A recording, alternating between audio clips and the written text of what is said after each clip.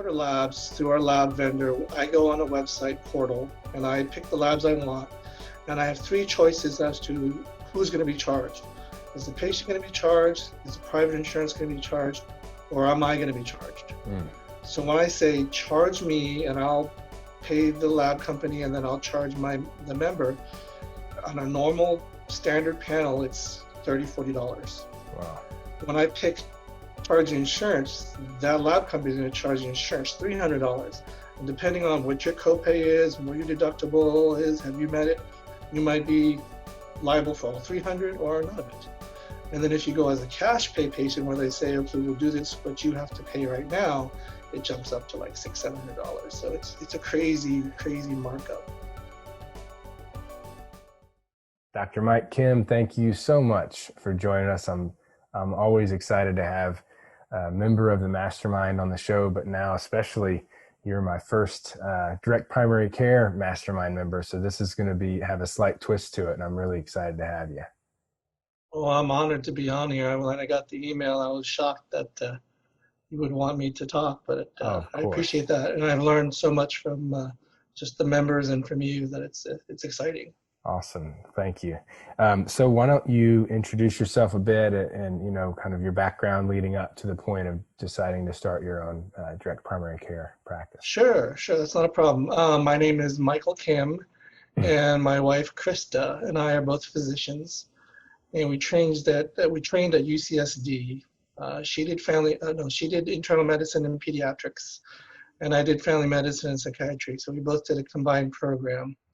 And once we finished out there, we stayed. But the housing market was just going so crazy there. Mm-hmm. We couldn't find a home to start a family, which we wanted to do. So we looked all over the country, and my program was connected to a very large homeless shelter in San Diego. So that's kind of where I did my continuity clinics for 5 years.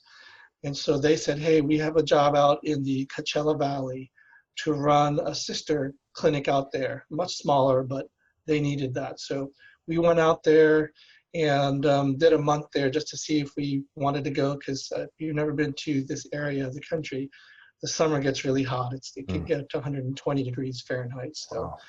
Yeah. So we decided we do that in August, and we decided, it wasn't horrible. So that was our first job. We ran a medical clinic within a homeless shelter. We did that for about 8 years, and then transitioned over to urgent care. And then I did a stint in the California prison system. And through all that in San Diego. As a physician, right? As a physician, yes. I'm not on parole right now. The way you said it, I was like, that's going to sound interesting. Did a stint down in. Well, my daughter used to. That's okay. My daughter used to tell everyone when they asked her, "What does your dad do?" She would say, "Oh, he's in prison." And just wait, and then to see what people would say. But, that's awesome. Okay, sorry to interrupt. No, it's okay. Yeah. No. So through all of that, and in San Diego and all these different areas, we saw that insurance, even though it wasn't driving things necessarily, what I mean by at the homeless shelter level and in the prison system, there's no insurance. The state of California pays, I think, double the rate of Medicare to whoever they use. And the homeless shelter, we had no insurance backing us. But insurance was driving everything. And it started getting just unbearable because they would drive everything we did, just like in physical therapy. And physical therapy is further down the road because, many won't reimburse at even a fraction of the rate that you guys need. Mm-hmm. And physicians started feeling that, and we started feeling that. And so what happened was, while I was in the prison system, I was telling Krista, my wife, things are, even in the prison system, are getting crazy. They're telling me what I can do, what I can't do.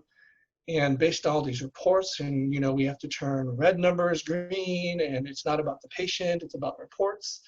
And so I was getting very disillusioned. I told her, I got to figure something else out. And I talked to a buddy of mine, and he said, well, why don't you look at direct primary care? So within a matter of like 3 or 4 months, I consumed everything I could. I was listening to podcasts. That's how I ran into your podcast. Just listening to all different cash practice. Is it viable? Can you do it? And I went to, the direct primary care one of the conferences, and I spoke to a lot of different direct primary care docs. And my wife and I figured, hey, let's do it because we think this would be a more satisfying way to provide care. It's sustainable on a financial level, and you can balance work life, because I didn't want to be one of those docs that stayed after, till 6, 7 at night because you're charting and whatever you're doing. And so that's kind of our journey into the DPC world. Right on. And so how long ago from the time of this recording did you officially open doors into your first patient? So we officially opened in October. I think the third week of October of 2019 is when we were first opened. And we're I guess you're about 10 months in then. Yeah, 10 months into it. Yeah. Right now. Okay. Well, how's it gone? I know the answer to that, but well, it's going well. We're blessed to be where we are. The pandemic has kind of slowed many things down, but it opened up other opportunities we never would have gone into. And we take it one day at a time. We know it's a long haul thing. We're not in it for the short term gain. And so, I think it's been. There's these, I guess, benchmarks. We wanted to get to the point where the practice was actually sustaining itself, and so it is, in the sense that we're not generating our own income quite fully yet, but the practice on the whole is not underwater. So that was great when we reached that milestone. So awesome. And how many ongoing patients right now, monthly members, do you have? We have 70. So that was kind of yeah, we wanted to be around 100, so we have a couple more months to get there in our first year. Awesome. Yeah. The other caveat is most DPC docs go from like a traditional insurance-based practice, and so they have anywhere from 2,000 to 4,000, patients under them, and they can easily drag over 200 to 300 that really like what they're going to do. But because I came from the prison system, I was able to drag 0 over. So it was a harder climb. So no one it was from 0. No one out on parole has come by to sign up. No. Well, that's awesome. I'd like to kind of back up before we talk about the things that have worked to gain those 70 patients in less than a year. But before we get there, I always like to just kind of get my guests' input on the thoughts they had going into it and what made them feel like it was viable and that it was worth taking a risk and pulling the trigger and just making it happen. Sure. I mean, it was terrifying and not terrifying at the same time. I mean, we were, we were married. We had 3 kids. We're in our 50s, just turned 50 recently, and so. Trying to make this big change in the middle of your life is very terrifying. Another big part of it is where, we believe that there's a God and Jesus. So we had our background in that. And so not that prayer is the end all and be all, but we felt at ease when we were thinking about all this. We didn't rush into it. Like I said, it was a 4-month process. But we had a lot of, friends and family that were there to help us. We did have backup plans because, my wife and I have been urgent care docs. She currently is working in the urgent care to supplement income right now. So we knew we could go back to that if things just fell flat on its face. But we did a lot of homework. We talked to a lot of doctors. There was none in our area at the time when we were starting. So we went to Orange County and we went to San Diego and went to conferences. And we asked the hard questions and we crunched the numbers. And we figured, we could do this. And we thought back to the homeless shelter time when we ran a clinic and we had no resources. And even though that's not what DPC is, we do have patients without insurance that do cash. And we said, we did this before. Back when we first got here in 2005, we ran a clinic by ourselves. We had, 2 staff members.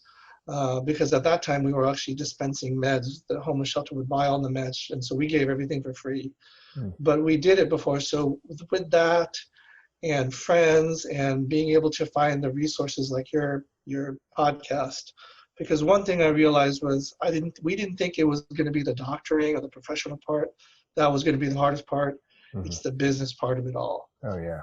And being able to stumble and listen to your podcast and some others, and finding you had a mastermind where we could ask questions, where there was someone who did it, has been doing it, and is in the mix and doing things and innovating themselves. That was a relief for us to say, okay, we have another resource when things get hard. So wonderful. One of the things you just mentioned was, or two things you'd said, when you go on to speak with physicians, you ask the hard questions and that you crunch the numbers. So what kind of questions would you suggest, or things to think about or consider, someone who's considering doing a DPC practice? What should they know about ahead of time and ask and consider? Right. So, one of the questions we asked was, how much is the price per member? And even to today, I've reached out to a lot of people and they don't know their acquisition, or I guess their customer, you put it there, their lifetime value. Yeah, because that's important. And many DPC practices, I think, don't know that per se, because in a membership model, it's a little harder than if it's a defined, we sell 12 cycles of whatever. And so, but we asked, what are you charging? And the interesting thing was, if you go across the country, it's all over the map. And I get it that, some cities are a little bit less and more, but I think a lot of it is, and it's changing a little bit, is what you say is that we're as professionals beat down to think we're worth our copay. You're worth $30. I know a lot of DPC practices that charge $30 a member, $40 a member. Wow. And for me, my rent is $1,700 a month. And so, that would mean I would need a lot of volume on top of the malpractice and all that. We didn't want to do that. So, we chose numbers that we thought were of, where we think that people would pay out where we are. And, we talked a lot with the mastermind group, and we batted around a lot of different ideas. But I think getting that number, what are you going to charge a month? That'll tell you how many members you need. If you kind of figure out, okay, I want to make X amount of salary, and I think my rent's going to be this, and I think my malpractice is going to be this. And, we added even a cost of a staff member, because we knew if we grew to, 300, 400, even 600, which is our goal, we can't do that on our own. We need a staff member that's versatile. So we crunched all the numbers, and we found out, okay, we think that, this is what it'll turn out to be. And we figured that's something that we can do. And if we were a little off, we could absorb another 100 patients, because there's two of us, my wife and I. Or if we needed to add someone else on, and interestingly, listening to some of the members that are further along in yourself, if you're fully booked, then you're probably not where you need to be, in the sense that you can't grow your business. And you need to sustain that flow. So, bringing someone on and get them fully booked, so you're not fully booked, so you can continue things that grow you. Rather than, if you're fully booked, who's going to do the business side of things? And so, those are the things we're learning, and saying, okay, so what are those numbers for us? Once we get to so many people, I can't be doing all the things that have been getting us there to that point. And so, but I think in terms of what do you start with, I think it's everything you say. You need to know the lifetime acquisition cost, and value of a patient, and how many patients do you want, and then plug in your expenses as the best you can. One of the things I think is just so beautiful about the DPC model is the fact that, unlike in a lot of membership-based businesses, the customer lifetime value is quite high, because if you're doing a good job and people are happy with what you're doing, I'm guessing that they stick around a decent number of months and years. And so, as opposed to, other businesses where that might not be the case. And you're like, okay, I know in my business, the average, even if I'm doing everything right, the average member is going to be part of, a paying customer for just 3 or 4 months, that those higher levels of churn, they're interesting to try and work with. But when you have another example would be like certain types of software platforms like EMRs and things that are just a total pain to change once you're kind of onboarded and set up with them. They have a much, longer customer lifetime value. So they can therefore actually, they can spend more money to obtain customers. And of course, early on though, even if your customer lifetime value is going to be pretty high, you don't necessarily have the capital to spend a ton to get them. And that's, I think, where in DPC world and the startups, in general, and membership-based businesses and models, it can be tricky early on. Once you get rolling, it's like, oh man, I know for every person that says yes, on average, they're going to spend, 5 figures with me over time. And Right. when that's the case, you can really go big on paid advertising and marketing type things. So Right. what have been the primary things that have helped you guys, you feel like have been the most help in strategies, marketing, whatever the case may be, with getting these first 70 patients in your first 10 months? Yeah, so I think one of the big things is we've been in the where we are since '05. So we've done a lot of different kinds of doctoring and urgent care and the homeless shelter and whatnot. So, it's not a fairly large city, and so, word of mouth, and if you decent and do what you do your word. Your word is your word, and people like you. I think that's been a big part of it. Another big part of it is, as you tell people, is the hustling and the one-to-one and the networking, and the more people see you, they'll think about you, and the more you are there to help them, they will in turn give back. I think we've seen that a lot. We've trying to churn social media, but that's a difficult animal to do, and we've gotten a couple. And what has actually helped us is we did join BNI and another larger networking group out here. And what we did is we asked them, can you, once we got to know them, can you just put a Google review, a 5-star Google review on our website? You don't have to say you're a patient, but to our character, to who we are. And so we have 44 of those, and that has brought us 2 or 3 people who are new to the Valley here, looking for direct primary care, and they see, 44 stars, and all of them are great, and so they became our patients. So that's been helpful. And I think the other thing is just being able to be available to shift and pivot from your original thoughts, because there's some things that we're doing now that we never thought we would do, but someone asked us, hey, will you do this? And my wife and I sat and thought, okay, well, it's within our target population, like you always say, is this who you want to treat, or is this who you want your member?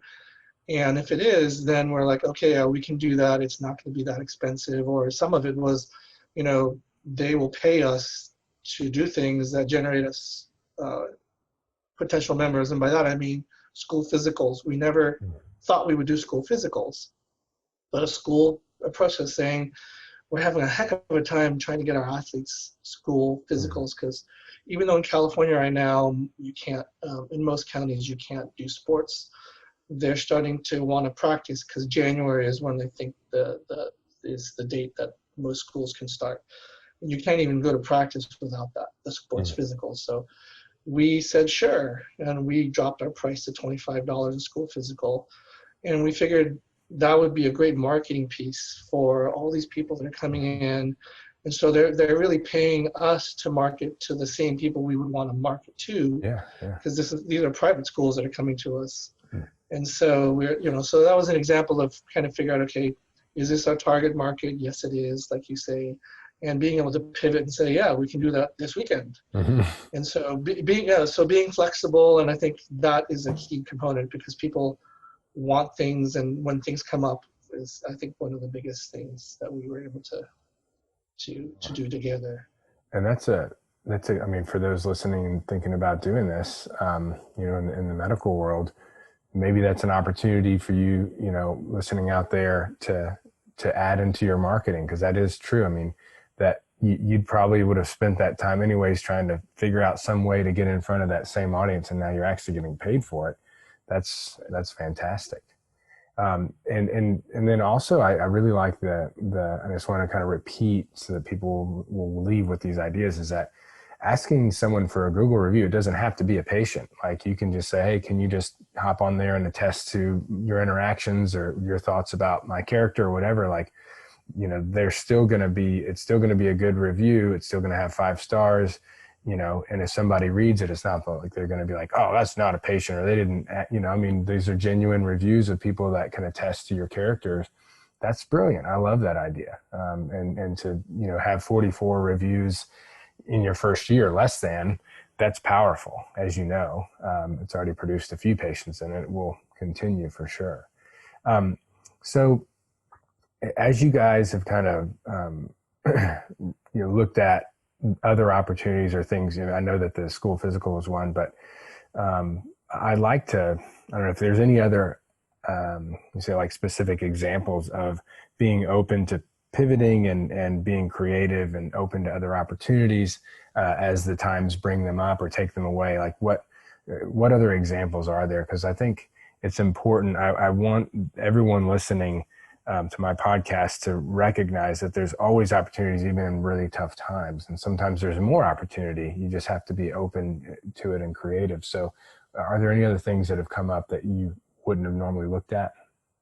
Yeah, we in the beginning, well, because it was so hard to get PPE and the testing, we didn't want to even bother with that, because we wanted to grow our members. We wanted to kind of get a solid base in our DPC. And we were approached by a large lab saying, we have this need for a company out here where we live. Will you be willing to test? And we said, sure. We never say no unless it really is something that we know we didn't want to do. Mm-hmm. So we emailed and talked, and it was definitely something that we thought, A, was going to help the community, B, generate some short-term income, and C, allow us to develop procedures and protocols that, in case we wanted to, because we knew rapid testing was coming, we would have already our protocol set up through Loom, like you tell people to do. And so we did that. And so now we're ready, and we have decided to pursue, because the testing is getting much better and much more rapid, to be able to help and approach companies and say, hey, we can do these rapid tests. It's a 15-minute test, and they're much cheaper than the nasal swab ones. And so we think there's going to be a need out there for the next couple of years. So that would never have happened if we didn't kind of be open to when this lab approached us. Another one was totally out of the blue. We had a patient who wanted help with their dieting and nutrition. So we reached out to a clinic that does eating disorders. And most people think of eating disorders as, they don't eat much, but it could be overeating. And so we sat down with the clinic director and the therapist there, and we talked about what we did. And so she turned around and said, hey, we have a need for our patients that they can't get to their primary care doctors on a very quick basis. And some of our patients need it, day to day, week to week, because of their severity of their illness. Would you be willing to look at a path forward where maybe you could kind of do that? And so we actually did, and they have generated a lot of patients for us. And they actually pay our membership fee, because many of the insurances won't pay, but they understand that it's a very big portion of getting their clientele better.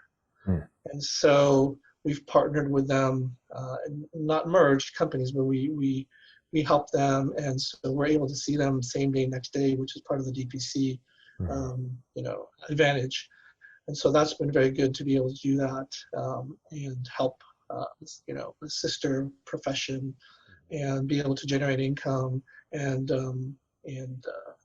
feel like you're actually, making an impact in the valley. So that's another thing where we never thought we'd go that way, and so it is something that has generated some income for us. And so this other group actually pays for their members that they want to see you on a regular basis. They'll pay as long as that member is going to be seeing you. They're paying they're paying your normal monthly fee for that patient. Correct, and they actually tell them, you need to go there, because we can do the labs, EKGs, and all the things that are needed, rather than having to wait. Because a lot of doctors, it's taking 6-8 weeks even now, further out. Wow. To get appointments. So.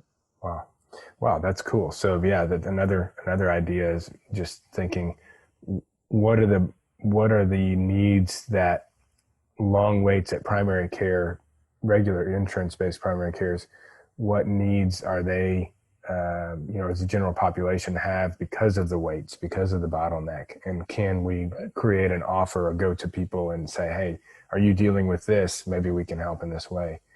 I was also curious, it's not something I've asked, in all our interactions in the mastermind, but I think something that a lot of DPC practitioners, or want to be DPC practitioners, might be interested in is, early on, did you, or still maybe to this day, do you ever bring or allow people to come in on like an a la carte basis and say, like, if they're like, look, I don't want to become a long-term member, but I'm sick, I need to see a doctor, I can't find one. Like, do you have just like a fee for service? I'll come in for an office visit to figure out this cold.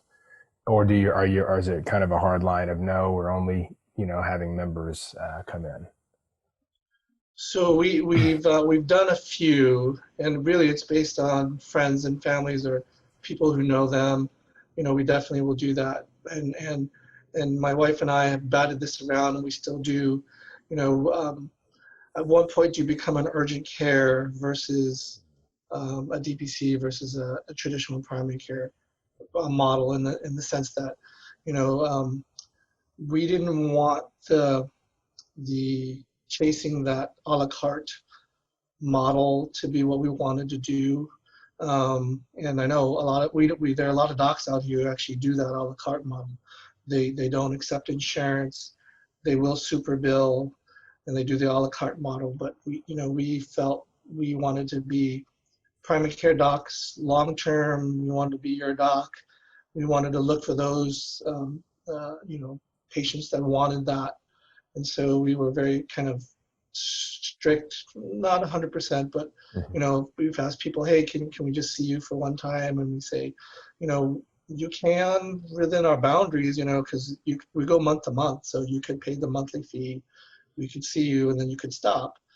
But then we're not going to follow you again. If you come again, we have a re-enrollment fee to deter that.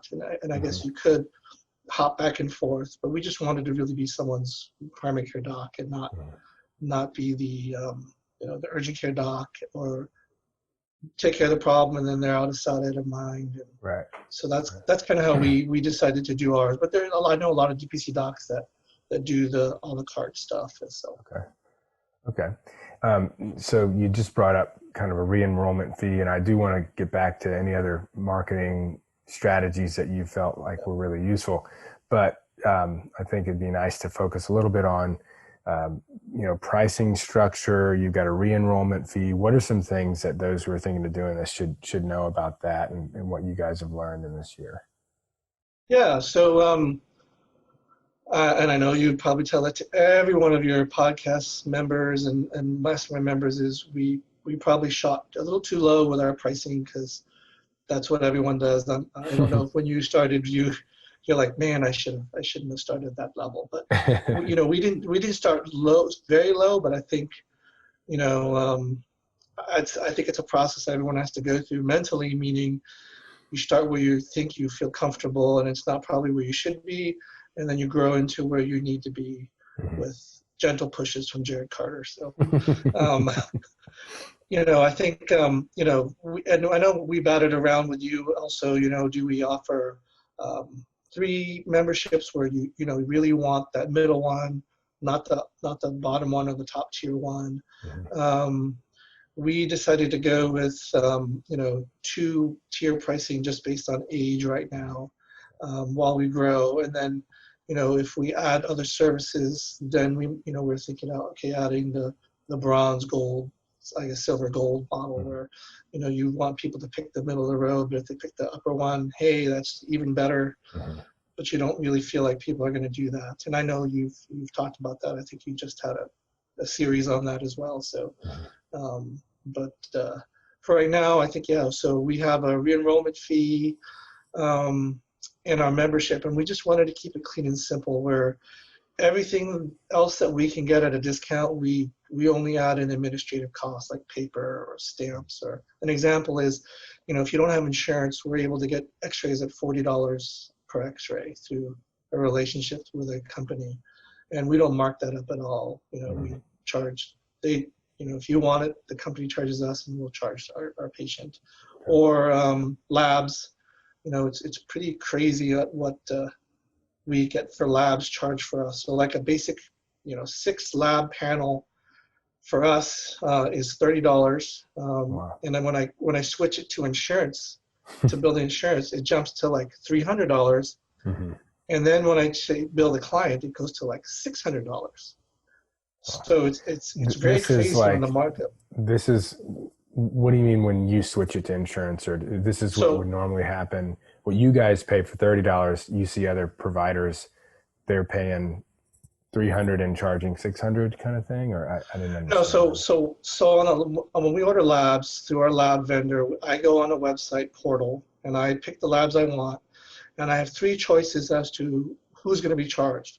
Is the patient going to be charged? Is the private insurance going to be charged? Or am I going to be charged?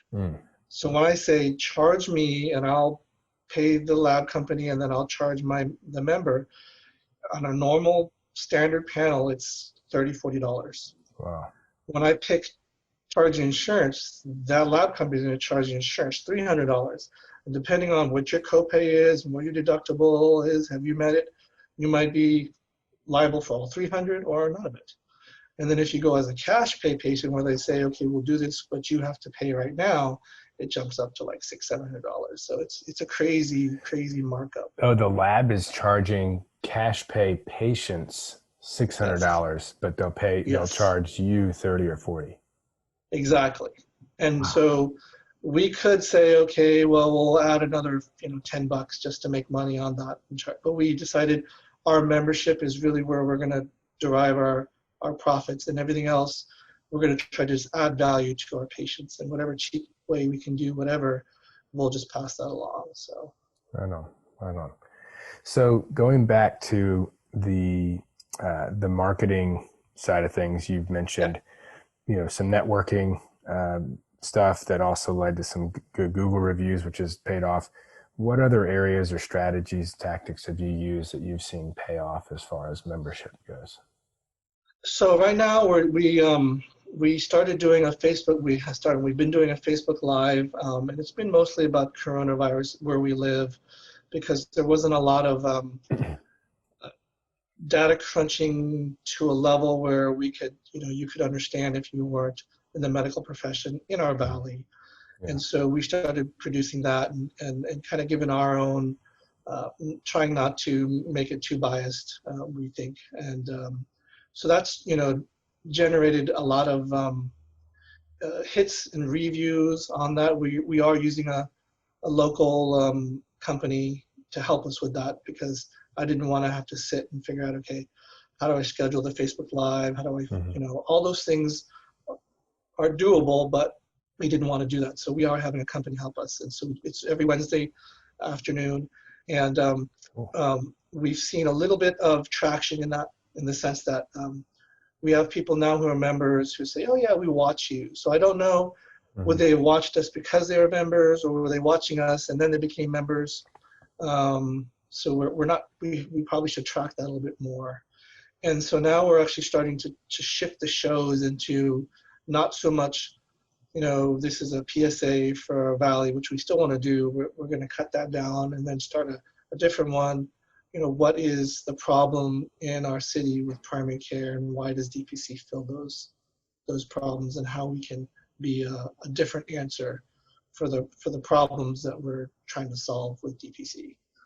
So we're trying to kind of pivot that way to see if we can, because the end goal is always, in the marketing is how can you fill your appointment slots, I guess. Mm-hmm. Not that that's our end goal, but as a business, if you don't have that going through, then you're not going to survive. So that's kind of how we're trying to change it to, we have people watching and rewatching, but how do we then get them to, understand why, and we might be a good fit for them. So. Mm-hmm. Very good. As y'all are going to be making that shift, make sure you bring it up in the group calls so we can talk more, because I have some ideas just from what you're just saying, some ideas on how you can do that best. And even if it hasn't, that show hasn't created new patients, but it's just already established patients that are watching you, there's still a huge value and impact there. And that's one of the things I think for anyone looking at a membership model style practice, whether DPC or in PT, and we were talking about that in last week's call, or it was this week's call, actually. We've got a member now who's going to be launching a membership basis for his PT clinic.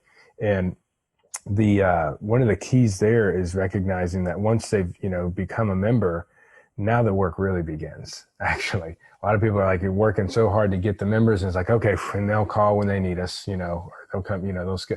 But the more you can do to actively stay in front of them and offer something of value, the longer they're going to remain members, right? I mean, I can almost always tell when one of my mastermind members has a foot out the door, and I stop seeing them as much and not getting them as engaged. And when a cancellation comes through, even if I've tried to curtail that or, prevent that, it's not a big surprise. And it almost always will go back in some form to how much was I able to get them to utilize and interact and, show up live, or at least watch our coaching call replays. Same thing in DPC and other in membership practices. The more you can do to get in front of people and actually get them engaged in your content, even if it's not with you live face to face, like that's huge. So it's really cool that you guys are doing that. And I'm sure it's a really valuable weekly show. Do you all have a lot of people that show up live, or are you mostly seeing big view numbers after the live, or what are the logistics there? Yeah, so it varies anywhere from like 5 to, I think their most was 20. So it's not a huge audience, but it's at 3 in our time, Pacific Standard Time. So it's not the most ideal time, but it was the best time we could do it, my wife and I. So, but the reviews are and we don't have to throw a lot of dollars at it. So, so that's so plenty of people seeing it after the fact, and you're getting good numbers of views. That's awesome. Yeah. I'm guessing you're doing it with your logo there behind you, or where are you all set up to do it? What kind of? No, my wife sits here. I know it could be better. This is the setup we have, and then I go to a different room, and I probably should have a background logo, but no, we're not. We haven't gotten that sophisticated yet. Okay. So.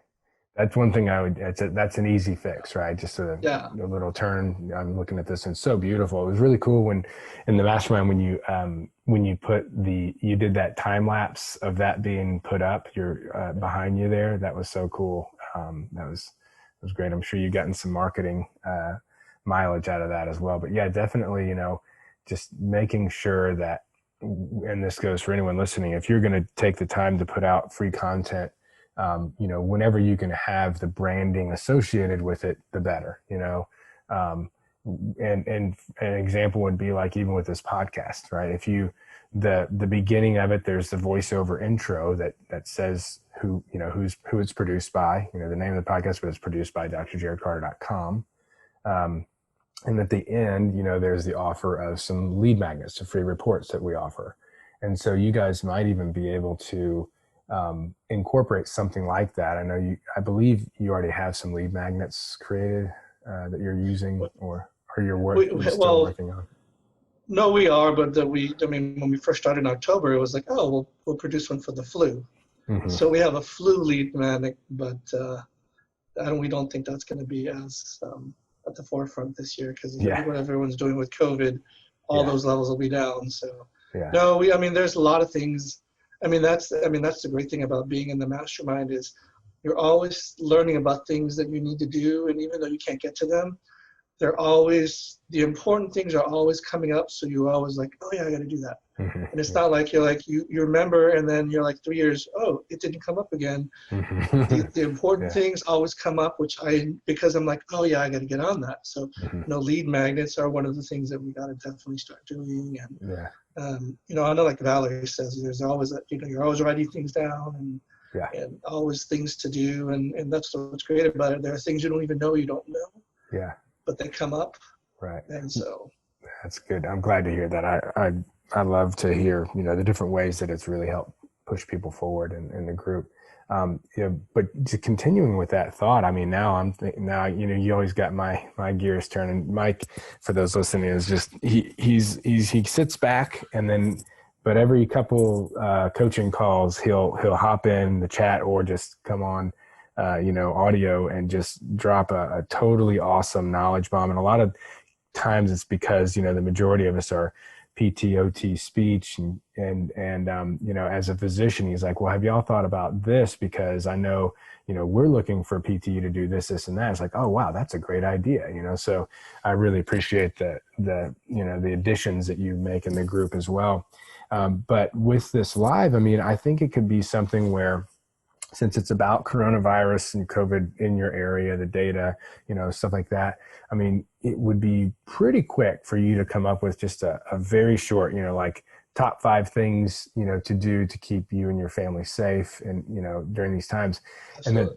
And that in the beginning and the end, you say, or throughout, you can just say, and again, guys, DM us, comment, free report, or send us an email to whatever, and we'll get you a copy of this. It's a very quick read, but very powerful and can, literally be life-changing for you and your family.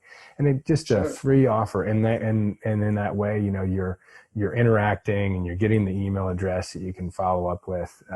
So I think it's really important if for everyone to know, like, if you're going to take the time and effort and sometimes money, like you guys are helping, having a firm to help you in some degree, like, you want to make sure you get squeeze every bit of juice out of it. And by not having some sort of a lead capture mechanism, you're definitely leaving opportunities on the table. So it doesn't have to be big and fancy. It can be like a simple PDF. You put it together in an hour, and put it on file, get it reach out to Chris, and we've got a new designer that we just connected with on Fiverr.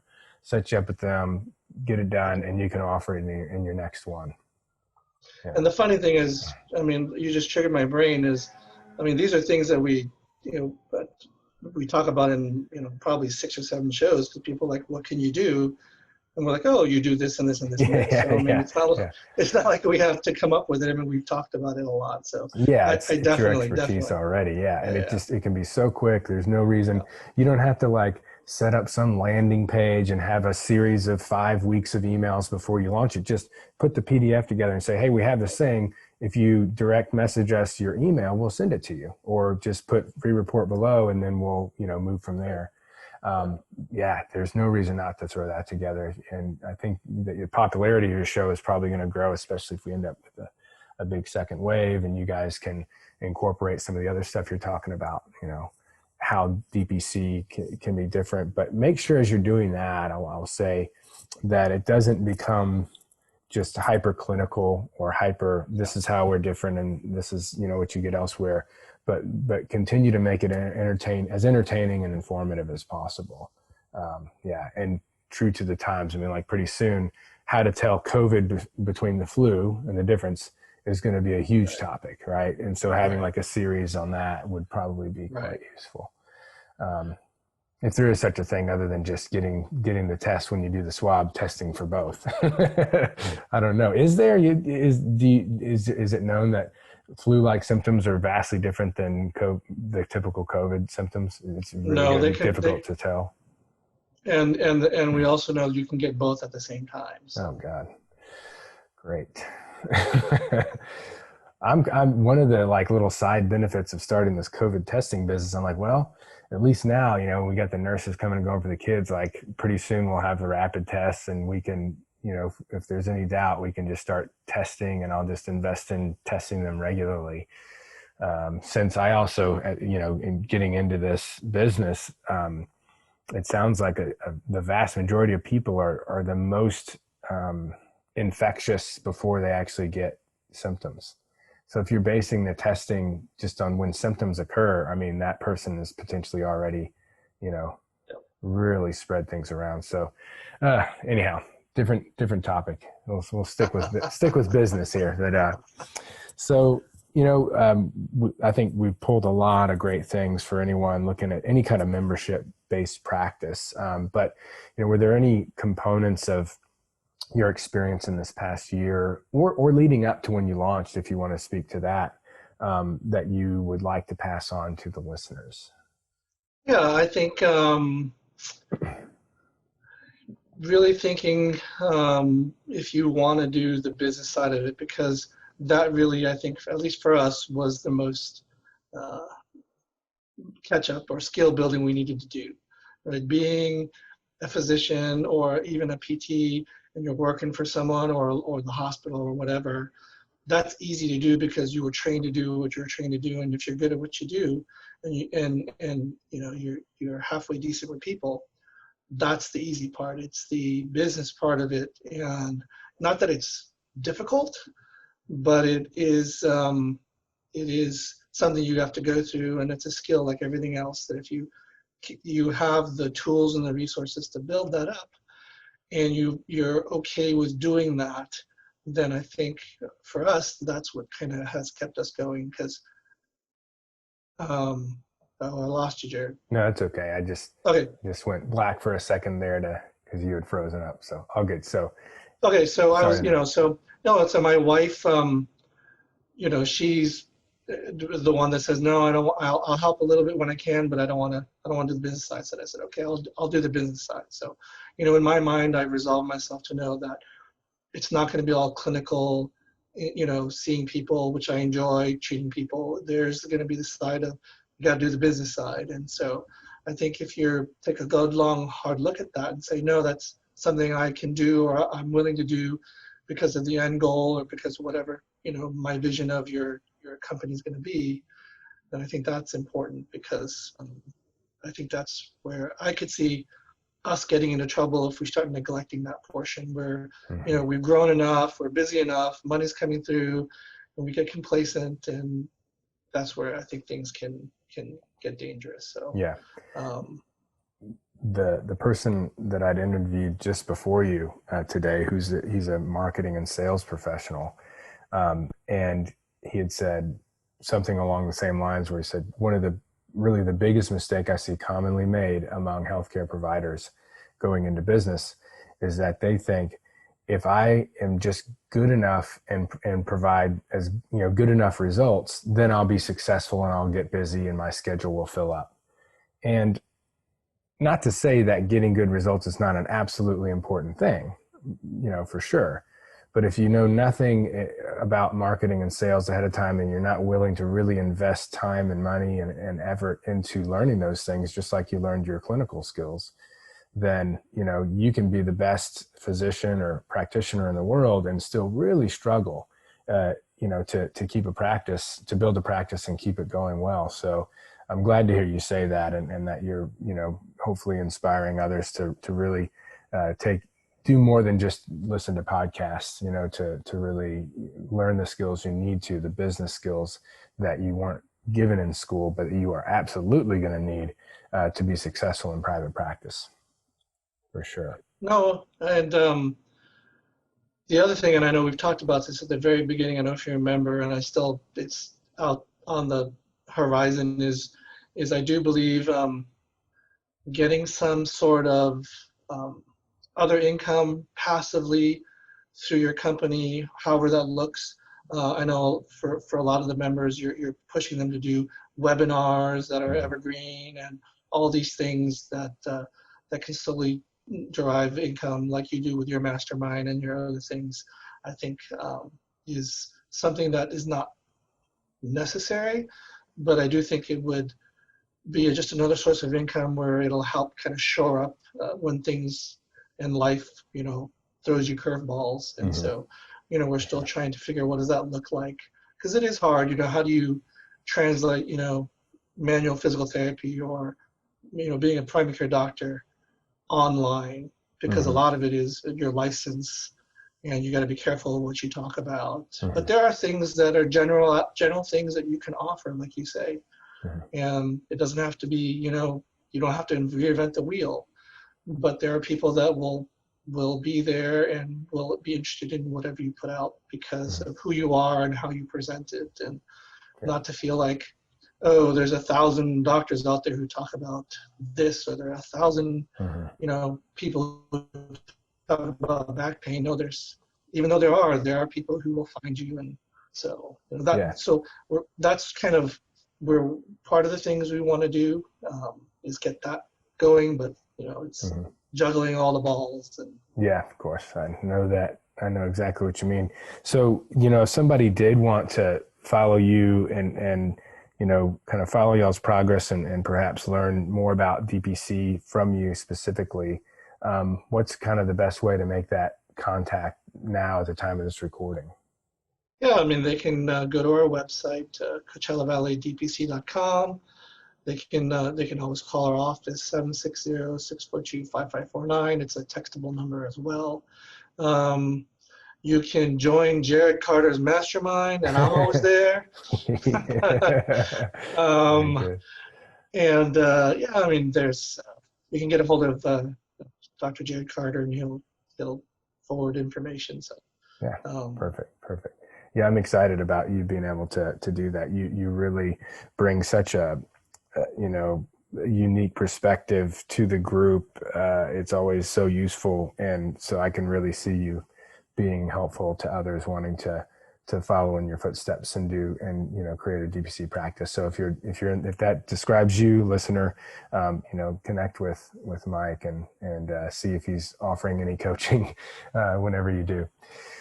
No, I do want to say, I know you're such a humble guy, but the reason why I decided to become a mastermind is because even though we're in different fields, the business, the marketing is all the same. You did it, and you're doing it, and you're helping others, and there are people that are doing it as you have done it and continue to do it. So that for us was important because we needed that kind of a guide, not the, oh, what do you do with COVID? What do you do with this? It's the, okay, what do we do with, this unique situation, and being able to bounce it off of you and other people. I think whoever you find, that has to, make sure that they're actually in it and doing it rather than have done it before or say they've done it once. And so I do want to thank you for that. So, of course. Well, thank you so much for being such a wonderful part of the group and inspiring others here today. Really, really appreciate you taking the time, for sure. All right. Well, let's wrap it up there. Thank you again so much. And again, if you guys are interested in connecting with Mike, I always want to say Dr. Kim, but he says, no, call me Mike. Coachella Valley Direct Primary Care. Well done with what y'all have done so far in just, even less than a year. I'm really, really pumped for you. Thank you, Jarod. Yeah. Thanks for listening to this episode of the Cash-Based Practice Podcast. If you liked what you heard here today, we have some extremely important things we want to send you. First, a quick start guide to cash-based physical therapy and Medicare. This free ebook will provide the primary rules and regulations surrounding this confusing but important topic. Secondly, we want to share with you the 5 characteristics common to all successful cash-based practices. Find out the vital things Jarod has learned from years of interviewing cash practice owners and running his own successful cash practice. As one of our listeners, we want to give you all this information absolutely free. You can get it right now by going to drjarodcarter.com/success. Again, that's drjarodcarter.com/success. Go there now to get your copies, and we'll see you next time.